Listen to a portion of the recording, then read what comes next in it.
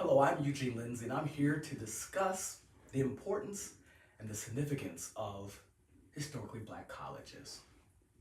Historically black colleges were established in part on behalf of former slaves. The Freedmen's Bureau was a government entity that was sent throughout the land to help undergird these newly released former slaves, if you will, after the Civil War had ended in 1863. And even then, some didn't know that they were free until federal troops came and told them. General Howard, Oliver Howard, had lost his arm in a battle, and he went on to become the lead of the Federal Bureau, Freedmen's Bureau, and then helped to establish Howard University in 1867. Following that, there was General Samuel Chapman, who helped to found Hampton University. Since then, there have been a lot of them. There's about 101 currently. There was Fisk in 1866, Florida A&M, Morgan State, Kentucky State University, North Carolina A&T, Booker T. Washington's Tuskegee University in 1868. There's Morehouse and Spelman and so many others. And unfortunately, there are those who believe that they're not necessary. They were created for those former slaves who needed help pulling themselves up by the bootstraps, and they're not necessary now.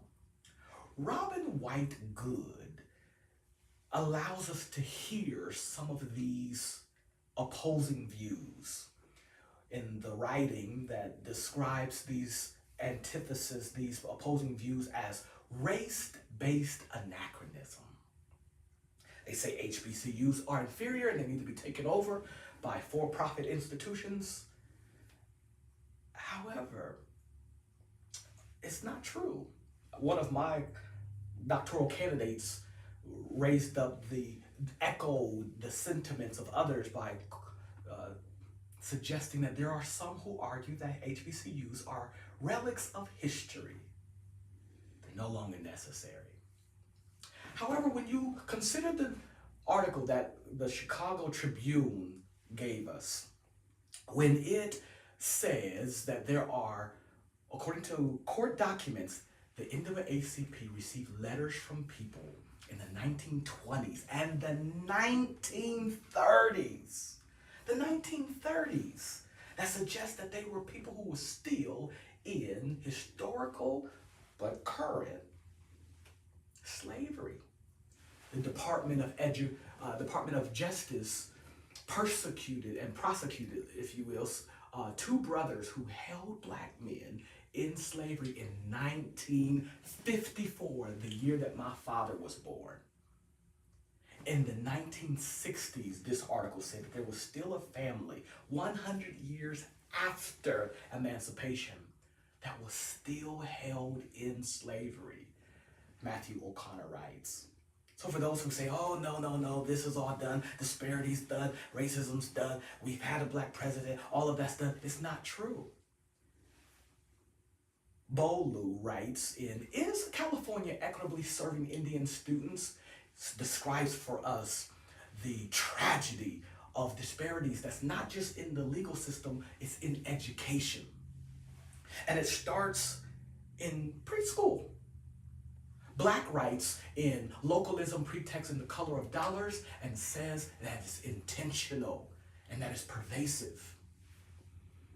Weathers writes with Cecina in Pathways of Inequity that it persists.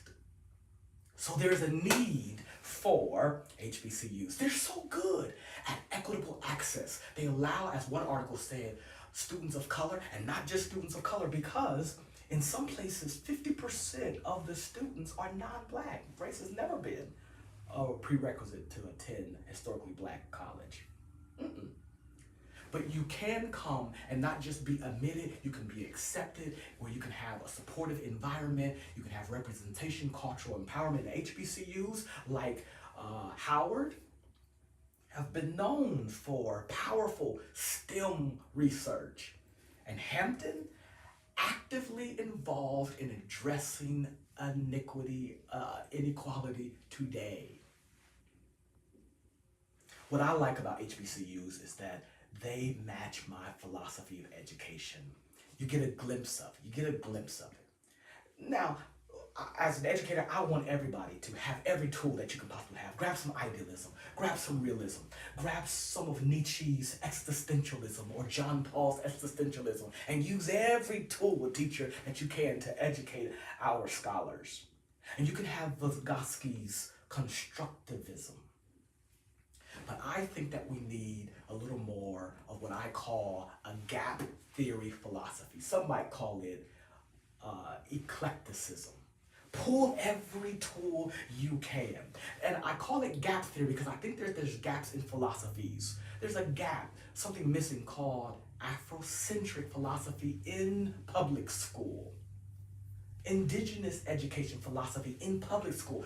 Spiritual philosophy in public school, global citizenship education philosophy, because we live in a global economy, in public school, in general education, or placement-based, where you study this particular issue within this locale, or service learning education, where you learn through serving in community. Ecological education philosophy.